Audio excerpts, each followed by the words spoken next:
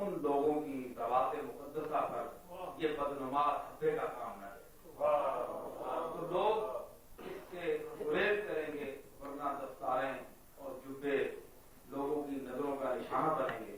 تو اس لیے ہر تہو مہ کو جو اس کے لائق نہیں اسے زیب تن نہیں کرنا چاہیے۔ یہ میری اپنی رائے ہو سکتا ہے غلط بھی ہو، لیکن میں نے یہ محسوس کیا ہے کہ میرا ایک اپنا شعر بھی ہے،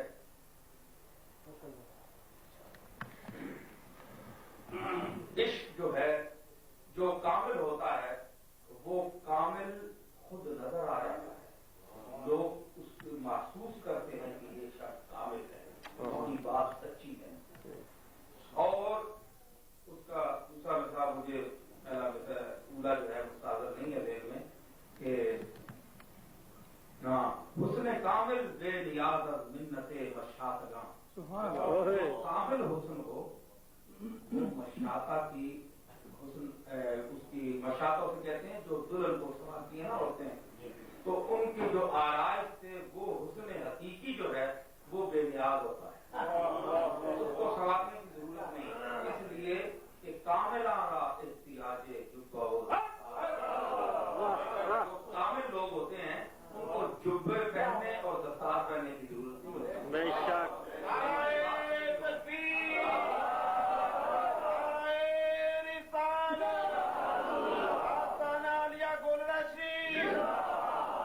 تو مطلب یہ ہے کہ وہ جبہ اور دستار کے محتاج نہیں ہوتے، بلکہ جبہ اور دستار یہ آرزو کرتے ہیں کہ کاش کے مرد کامل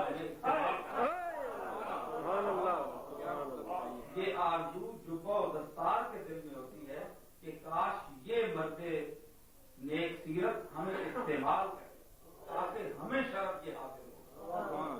تو آج کل اس کا اس انداز سے بے دریغ استعمال ہو رہا ہے کہ اس میں اب یہ پتہ نہیں چلتا کہ اصل کیا ہے اور غلط کیا ہے۔ تو میں جن ذوات مقدسہ کا ذکر کر رہا ہوں وہ ان چیزوں سے بہت بلند و بالا ہے، اس لیے کیوں نہ ہو کہ ان کا ربط جس ذات پاک سے ہے وہ سرکار مدینہ کی ذات ہے، اور حضور نے کوئی جبہ نہیں ہے، وہ کالی کملی تھی، سادہ ایک لباس تھا، چٹائی پر تشریف فرماتے تھے، مقام نہیں تھا، حالانکہ زمین اور کون و مکان کے مالک تھے،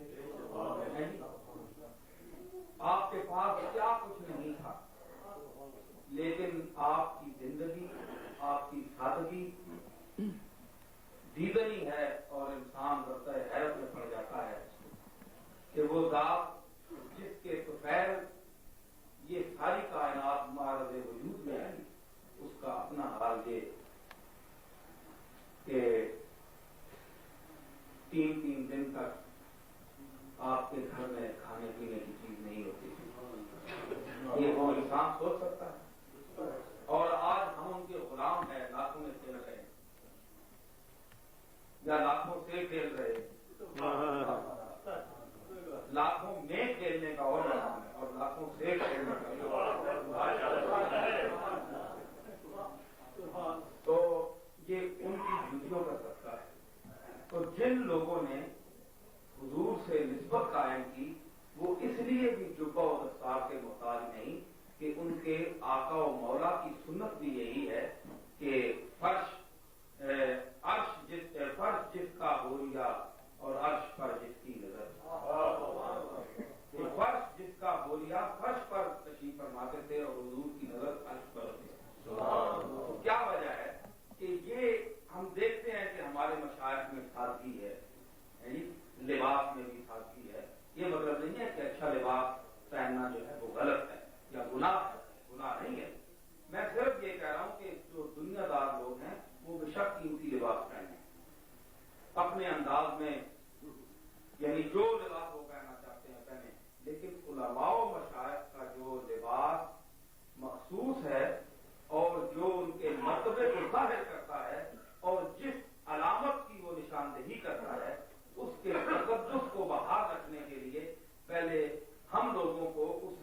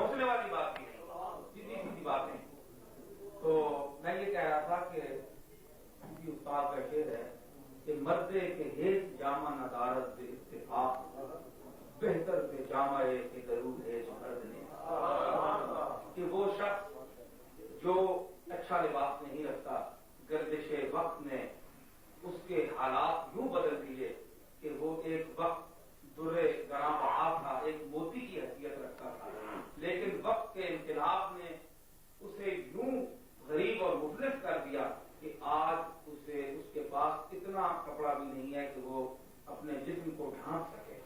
ایسے لوگ بھی ہیں ہمارے، تو وہ آدمی جس کا میں نے ابھی ذکر کیا ہے، ایسا آدمی اس آدمی سے لاکھ درجہ بہتر ہے کہ جس کا لباس تو لاکھوں روپے کا ہے لیکن اس کی اپنی حیثیت ایک کوڑی کی ہے۔ اس آدمی سے وہ غریب آدمی بہتر ہے جس کا لباس تو کچھ نہیں ہے لیکن مرد کامل ہے، مرد حق ہے۔ تو لباس پر نہ جائے، اس لیے کہ اللہ تعالیٰ حدیث چیز میں آیا ہے کہ اللہ تعالیٰ تمہاری صورتوں کو نہیں دیکھتا بلکہ وہ تمہارے دلوں کو دیکھتا ہے۔ اللہ تعالیٰ تمہاری صورتوں کو نہیں دیکھتا، تمہارے قلوب کو دیکھتا ہے۔ اور سن رہے ہیں آپ، توجہ ہے؟ تو اللہ تعالیٰ تمہاری صورتوں کو نہیں دیکھتا، ظاہر کو نہیں دیکھتا، تمہارے قلوب کو دیکھتا ہے۔ نیت کا تعلق ظاہر سے نہیں۔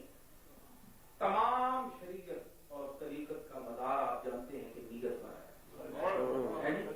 آپ کروڑوں روپے خرچ کر دیں اور آپ کی نیت میں ریا ہے تو اس کی کوئی حقیقت نہیں۔ الذین ہم یراؤن ویمنعون الماعون، تو جو ریا کرتے ہیں، دکھاتے ہیں نماز میں، نماز دکھاوے کی پڑھتے ہیں، خیرات دکھاوے کی کرتے ہیں، تو اس سے کوئی فائدہ نہیں ہے۔ تو اصل نیت جو ہے اس کا مدار اعمال کا، الاعمال بالنیات، پاک ہے بخاری جی کی ابتدائی حدیث ہے۔ تو مدار جو ہے اعمال کا وہ نیت پر ہے۔ نیت کا تعلق باطن سے ہے، ظاہر سے نہیں۔ آپ غور فرما رہے ہیں؟ میرا خیال ہے آپ کا ذہن میری باتوں میں ساتھ نہیں دے رہا۔ نیت ذرا گلا بھی خراب ہے، تو مطلب یہ ہے کہ حدیث کی جو میں پیش کر رہا ہوں اس میں حضور نے فرمایا کہ دین کے اعمال کا مدار نیتوں پر ہے۔ تو میں یہ کہہ رہا تھا کہ صرف ظاہر پر نہ بیٹا کریں، باطن کو بھی دیکھا کریں۔ حضور نے فرمایا نیت پر اعمال کا مدار ہے، تو نیت تو ہمیں نظر تو نہیں آتی، نیت تو دماغ کے اندر ہوتی ہے، چھپی چیز ہوتی ہے۔ تو اللہ تعالیٰ نے اعمال کی درستگی کا مدار اس چیز پر رکھا ہے جو چھپی ہوئی چیز ہے۔ ثابت ہوا کہ ظاہر کوئی چیز نہیں ہے، باطن چیز ہوتی ہے، ورنہ اعمال کی درستگی کا مدار نیت ایسی چیز پر نہ رکھا جاتا جو نظر ہی نہیں آتی، جو محسوس ہی نہیں ہوتی، نہ محسوس بصری ہے، نہ سمعی ہے، نہ سن سکتے ہیں ہم اسے، نہ دیکھ سکتے ہیں آنکھوں سے، اور نہ عقلی ہے۔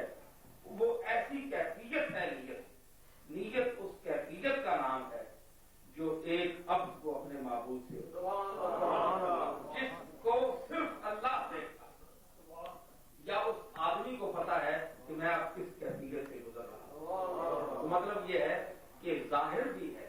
اب دیکھیں اعمال کا تعلق ظاہر سے ہے۔ اگر ایک شخص کہے جناب میں نے نیت میں نماز پڑھی، کیونکہ پتا ہے اٹھوں گا سردی ہے، وضو کروں گا مر جاؤں گا، اللہ تعالیٰ میری نیت ہی قبول فرما دے، بس میں نے پڑھی۔ اللہ تعالیٰ فرمائے گا کبھی روٹی کی نیت کر کے کھائیے۔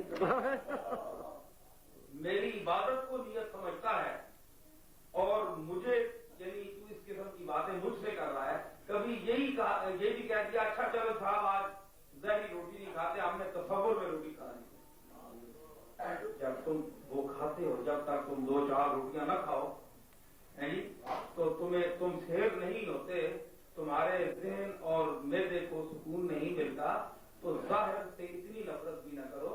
ظاہر بظاہر تمہیں اٹھنا پڑے گا، وضو کرنا پڑے گا، اس کے بعد نماز کے لیے جھکنا پڑے گا، یہ ظاہر ہے۔ اور شریعت ساری جو ہے وہ ظاہر پر معمول ہے، سارے احکام ظاہر پر ہیں، لیکن اس کے اندر جو چیز ہے وہ باطن، وہ نیت ہے۔ اگر وہ اندر کی چیز ٹھیک نہیں ہے تو ظاہر جو ہے اس کا کوئی مقام نہیں۔ جس طرح دیکھیں ظاہر کیا ہے، ظاہر پن چکی ہے، پن چکی جنگل